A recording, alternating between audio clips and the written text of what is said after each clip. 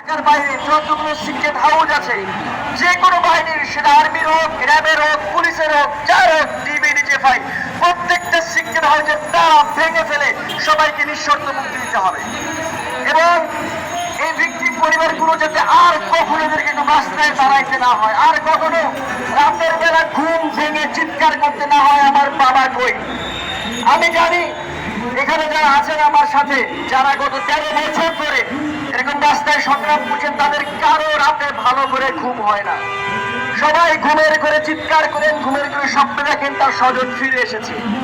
এবং এই যে শেখ হাসিনার যে জুলুমাত গত 16 বছর ধরে বাংলাদেশের প্রত্যেকটা মানুষ, প্রত্যেকজন ছাত্র, প্রত্যেকজন নাগরিক প্রত্যক্ষ করেছে, আমরা সেই সকল জুলুমের অবসান চাই।